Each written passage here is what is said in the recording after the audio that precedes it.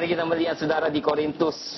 Ya, kita bicarakan tentang Korintus. Kenapa Korintus ini saya mau bahas saudara? Saya melihat jemaat ini adalah jemaat yang bergerak di karunia, tetapi cetek rohaninya. Kan heran.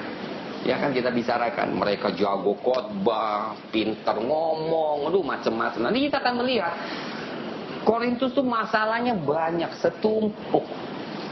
Salah satu sebab kalau menurut saya sangat duniawi sekali.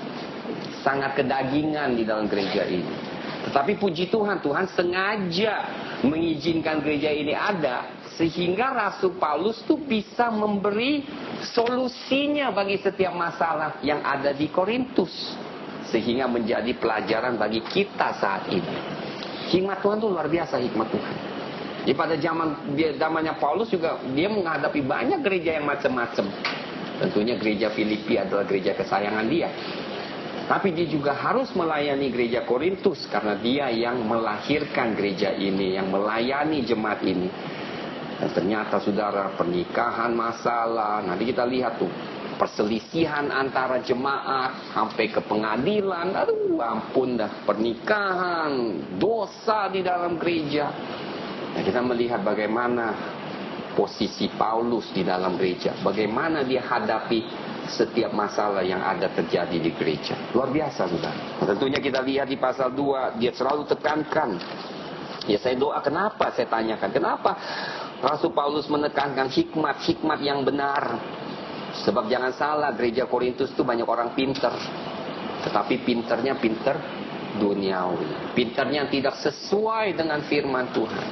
Ada jalan keluar, adalah istilahnya alasan-alasan bagi masalah yang mereka hadapi, mungkin bagi dosa yang mereka lakukan. Mereka bisa pakai firman untuk membenarkan diri mereka. Tapi Paulus katakan, itu semua seolah hanya hikmat manusia. Tuhan katakan hikmat itu harus datang dari Allah. Nah, kita sudah sampaikan 2 minggu yang lalu bahwa hikmat Allah itu berdasarkan kekudusan dan kebenaran, bukan kompromi. Nah, apa yang kita lihat adalah banyak kompromi dan kita katakan itu hikmat Tuhan, dan ternyata itu bukan. Nah, hari ini kita akan melihat saudara berapa hal. Pasal 3, lihat ini adalah gambaran atau keadaan gereja jemaat Korintus. Dikatakan pasal 3 ayat 1, dan aku saudara-saudara pada waktu itu tidak dapat berbicara dengan kamu seperti dengan manusia rohani. Parah nggak? Tetapi hanya dengan manusia duniawi yang belum dewasa dalam Kristus. Ya, ngomongnya basa-basi sedikit lah. Apa yang bisa terima di ngomongkan. Gak bisa ngomong yang lebih dalam. Paulus tidak bisa bicarakan hal rohani yang lebih dalam kepada jemaat ini. Ya, yang basa-basi, makanan, minuman, sedikit-sedikit. Yang encer-encer makanan rohani. Takut ketelak, gak bisa tercerna, sakit perut nanti. Jadi bicarakan hal yang sangat cetek loh. Kita bilang, tapi kan Korintus jemaatnya bisa bernubuat loh. Jemaatnya bisa bergerak dalam karunia. Tapi mereka sebenarnya sangat cetek. Kita bilang bahkan di dalamnya ada yang bagi grup. Aku dari Apolos, aku dari Petrus, aku dari Paulus. Jadi mereka melihat manusianya. Rasul Paulus katakan, mereka ini hanya hamba Tuhan. Gak ada satu yang mati bagi saudara. Hanya Kristus yang mati bagi saudara. Itu kira-kira begitu. Nah, lihat ayat 2. Susulah yang kuberikan kepadamu bukanlah makanan keras, sebab kamu belum dapat menerimanya, dan sekarang pun kamu belum dapat menerimanya. Ampun ya. Selama ini hanya makanan susu aja, baby. Makanan keras belum bisa terima. Berapa yang makanan keras nggak bisa terima? Mental deh. Di GM makanan keras dikit mental. Nggak enak di tempat, nggak ada damai. Kenapa? Karena makanan keras akan bicara tentang karakter kita. Akan bicara tentang apa? Sikap kita. Dosa dihajar terus. Iya kan? Sekarang kalau gereja ngomong dosa, nggak enak amat tuh firman. Tapi gereja kerjaan justru di situ, membasuh kita. Amin saudara, supaya kita hati-hati hidup di dalam kekudusan. karakter kita gembleng, susah. Barusan ini ada satu hal yang menarik sekali. Saya mau sampaikan hal ini luar biasa. Ada satu penyelidikan tentang bohong. Dan apa terjadi? Ternyata saudara, orang yang mendusta, baik itu kecil atau besar, ternyata mempengaruhi kesehatan mereka. Jadi ada dua grup orang ini, satu grup diajarkan, oke sekarang mulai hari ini, Anda nggak boleh dusta lagi. Jujur, apapun jujur terus. Yang satu lagi disuruh bohong. Atau diizinkan lah. Setelah berapa minggu, berapa bulan kemudian, mereka cek kesehatan. Jantung dan sebagainya. Orang yang jujur ternyata jauh lebih. Itu mah nggak usah disembunyi. Itu kan firman Tuhan udah ajarkan kan. Kalau kita bohong, papa kita adalah setan. Yohanes 8:44. Makanya saudara, betapa pentingnya kita tuh tulus dan jujur. Nah itu hikmat. Amin. Hikmat nggak? Itulah hikmat surgawi. Tapi hikmat dunia katakan nggak apa-apa lah sekali-kali bohong kan supaya nggak sampai ribut. Tetapi hikmat surgawi mengajarkan kita apa? Jujur. Dan akhirnya apa terjadi? Kesehatan jadi bagus. Nggak usah makan obat. Tapi tadi kita lihat saudara, karena jika yang seorang, ayat 3, karena kamu masih manusia duniawi. Kerohanian itu berarti tidak duniawi. Sebab jika di antara kamu ada iri hati, perselisihan, dengar baik-baik, iri hati, perselisihan, bukankah hal itu menunjukkan bahwa kamu manusia duniawi dan bahwa kamu hidup secara manusiawi? Waduh, berat firman. Kalau kita masih ada iri hati, masih ada selisih sini sana, berarti kita masih duniawi sekali. Kita masih belum bicara rohani nih. Rasul Paulus katakan, bukannya kita nggak ada, tapi kita sadar setiap kali keirian hati itu timbul, kita buru-buru bawa dalam doa, kita tanggalkan. Bukannya nggak ada. Kita lihat teman kita diberkati, kita iri hati. Nah itu sikap saudara, itu sikap yang tidak. Ya manusia nggak bisa ngomong apa-apa. Tapi berarti di hati kita ada sesuatu nggak beres. Ngerti nggak? Dengar tuh baik-baik. Ini kayak hal-hal begini ini banyak di antara orang Kristen. Maka saudara kita harus jaga sikap kita. Nah, kayak begini misalnya sikap seperti ini, nggak dewasa, nggak rohani. Mas saudara saya mau sampaikan ini hal yang penting. Kenapa? Banyak orang Kristen, tetapi kita tidak punya banyak dampak saudara. Karena kita hidup selalu dalam kedagingan, keduniawian. Nah, kalau keduniawian tidak lain akan kekalahan. Amin saudara, kita kalah. Itu yang kita mau sampaikan. Nah kita lihat kemudian ayat 10. Apa sih dasar dan bangunan ini? Ini penting sekali ayat 10. Korintus.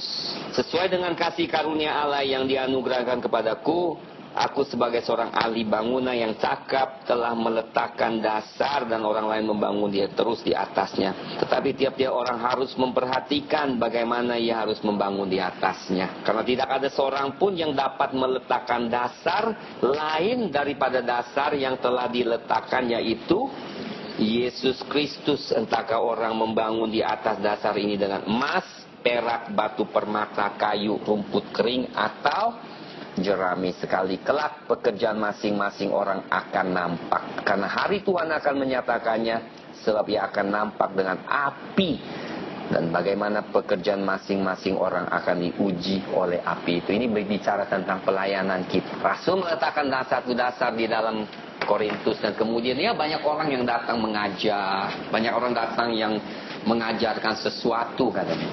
Kita meletakkan dasar. Tetapi dikatakan hati-hati apa yang kita ajarkan. Bahan apa yang kita taruh nih, apa yang kita ajarkan kepada orang. Sebab hari Tuhan akan nyatakan apakah pekerjaan pelayanan kita itu dapat tahan uji. Emas, perak, dan batu berharga, intan atau apa ya. Itu berarti api nggak bisa membakar. Ya, salah satu pelayanan Rasul Paulus adalah pelayanan yang tahan uji. Setelah ribuan tahun kemudian, pelayanan itu dia, firman Tuhan tetap bisa diuji. Dengar, bukan betapa besarnya, tapi saat api itu datang akan membakar. Kalau bangunan itu atau pelayan itu bangun dengan hati yang tidak tulus, maka akan terbakar. Jadi di dalam setiap pelayanan, lihat ayat 14. Jika pekerjaan yang dibangun seseorang tahan uji, ia akan mendapat upah. Jika pekerjaannya terbakar, ia akan menderita kerugian. Tetapi ia sendiri akan diselamatkan, tetapi seperti dari dalam api. Bukan berarti dia nggak selamat, tetapi semua pekerjaannya sia-sia saja. Apa sih emas, perak, dan permata? Kira-kira artinya emas harus ada keilahian. Berarti di dalam setiap pelayanan harus ada Tuhan yang bersama, bukan filsafat, keilahian. Meletakkan dengan emas, meletakkan Yesus, meletakkan Roh Kudus. Berarti apa? Harus ada keilahiannya. Harus ada apa? Bimbingan Roh Kudus. Harus dari Tuhan. Kedua, perak. Harus ada kualitas yang menebus. Redemption, perak. Nah, setiap pelayanan ada pengampunan dosa, ada pengharapan, redemption, ada perubahan. Ketiga, intan itu berarti karunia, karunia Roh Kudus yang membangun. Karunia itu adalah untuk membangun. 3 dasar. Emas, perak, dan permata. Ya kan? Permata itu adalah karunia-karunia Roh Kudus. Emas, perak, atau permata. Sedangkan kayu, rumput kering, atau jerami, kering, yang namanya kering, tinggal dibakar, mati. Pelayanan mati. Gak ada kehidupan kuasa Roh Kudus. Lihat ayat 16. Tidak tahukah kamu bahwa kamu adalah bait Allah dan bahwa Roh Allah diam di dalam kamu? Jika ada seorang yang membinasakan bait Allah, maka Allah akan, berat nggak? Sebab bait Allah adalah kudus dan bait Allah itu ialah kamu. Siapa itu bait Allah? Tubuh kita. Nanti diterangkan lagi di 6. Kita adalah bait Allah. Dikatakan kalau kita tidak kudus apa? Tuhan binasakan kita, ya kan? Berat nggak? Jelas. Ini bukan bicara tentang orang yang nggak percaya. Orang yang percaya dikatakan, hanya orang percaya kan bahwa ada Roh Kudus tinggal di dalam kita. Kita adalah bait Allah. Dan Tuhan mau kerjakan di dalam diri kita supaya kudus sehingga kita tidak dibinasakan, saudara. Ini yang mengerikan. Ini tujuan kita, saudara, sebagai umat Allah. Sebab bait Allah adalah kudus dan bait Allah itu ialah kamu. Janganlah ada orang yang menipu dirinya sendiri. Jika ada di antara kamu yang menyangka dirinya berhikmat menurut dunia ini, biarlah ia menjadi bodoh supaya berhikmat. Kenapa Rasul Paulus tiba-tiba bicarakan tentang bait Allah, bicara tentang hikmat? Karena banyak orang, seperti saya katakan, mereka berusaha membenarkan perbuatan mereka yang tidak berkenan di mata Tuhan, memakai kepintaran, kelicikan duniawi untuk membenarkan diri, menjelaskan, Tuhan kan ngerti, kan ini kelemahan saya, kan kasih karunia, kemurahan Tuhan. Tapi dikatakan jangan pakai kepintaran, kelicikan itu untuk membenarkan perbuatan kita yang salah di hadapan Tuhan. Berat deh setiap ayat yang disampaikan. Meskipun Korintus ada hal yang paling ini, kadang-kadang kita baca lagi, ternyata sangat bertentangan kan sekarang dengan pelajaran di gereja-gereja kan. Betul atau enggak? Kira-kira kalau Rasul Paulus di sini gimana nih? Bisa diterima sama gereja? Saya boleh 100% katakan gereja besar tidak akan undang Rasul Paulus. Tidak akan undang Rasul Paulus. Keras. Meskipun kita kutip Rasul Paulus. Tapi kalau Rasul Paulus hidup lagi, nggak ada yang undang. Itu mah Rasul Paulus yang palsu, kejem. Lihat ayat 19. Karena hikmat dunia ini adalah kebodohan bagi Allah. Sebab ada tertulis, ia yang menangkap orang berhikmat dan kecerdikannya. Bukan kecerdikan, kelicikannya lebih tepat. Tuhan menangkap orang berhikmat duniawi dalam kelicikannya. Orang sekarang banyak yang pintar sudah di gereja. Tetapi mereka bukan pintar rohani, duniawi, dan bisa manipulasi firman Tuhan yang licik. Sehingga membuat jemaat merasa tenang, damai. Sedangkan dalam keadaan yang bahaya. 20. Di tempat lain Tuhan mengetahui rancangan-rancangan orang berhikmat, sesungguhnya semuanya sia-sia belaka. Karena itu janganlah ada orang yang memegahkan dirinya atas manusia, sebab segala sesuatu adalah milikmu. Janganlah ada orang yang megahkan dirinya atas manusia. Semua kita lemah. Saya suka pendeta Francis Chan yang di Amerika. Gerejanya besar, tapi pada satu saat dia mulai dengar jemaatnya selalu membicarakan namanya. Wah, Francis Chan hebat, Francis Chan hebat. Dia tinggalkan tuh gereja. Aku dengar lebih banyak orang sebut nama aku daripada Tuhan Yesus. Dia nggak mau, dia keluar. Siapa pendeta seperti itu? Kita kan disebut-sebut senang. Pak Yeremia, Pak Yeremia, dikit-dikit Pak Yeremia. Senang, harus Tuhan Yesus. Amin, betul nggak? Francis Chan luar biasa. Oh, banyak sekali ya. Kekudusan itu misalnya yang ya kita tentunya kalau zina, seksual, dosa seksual itu udah tahu lah itu udah nggak benar sana. Kekudusan itu ya begini, seringkali umat-umat Kristen yang gagal adalah nomor satu tentang prinsip kita yang kita tidak pegang, prinsip kebenaran. Salah satu contoh. Wah, orang cerita jorok kita ikut dengan ketawa senyum-senyum. Itu udah berpartisipasi secara enggak. Kedua, orang yang korupsi mungkin kita ikut partisipasi. Itu ngomongan yang tidak baik kita ikut. Hal yang mengkompromikan kebenaran enggak jelas, bukan hal yang terlalu menyolok bahwa itu dosa, tetapi hal yang kita tahu langsung hati kita tuh Roh Kudus merasa gitu. Enggak enak hati kita. Roh Kudus terduka. Itu sudah.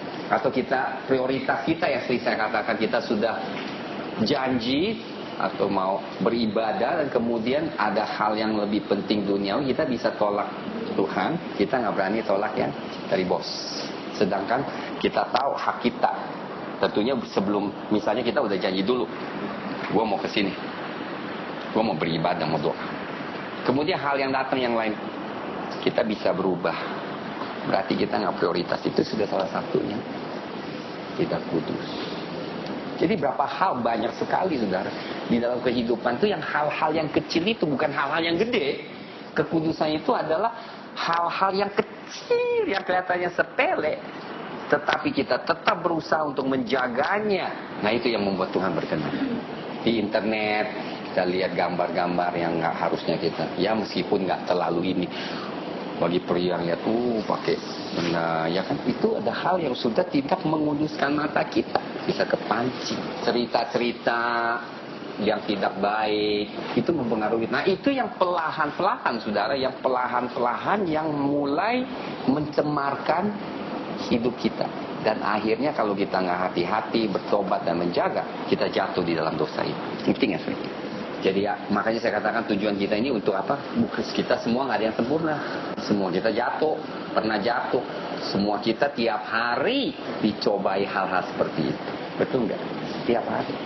Nah, makanya salah satunya adalah untuk lebih dekat, lebih sering mengikuti persekutuan-persekutuan yang benar-benar rohani yang bermanfaat bagi kita. Yang mengingatkan kita senantiasa hati-hati. Itu yang bagus. Bukan yang setiap kali kasih ya nggak apa-apa lah, nggak apa-apa. Itu yang bahaya. Tuhan mengerti, tapi Tuhan juga menginginkan kita berubah. Tuhan beri kesempatan nggak? Kasih ke bukan berarti sekali jatuh langsung masuk ke neraka, ya kan?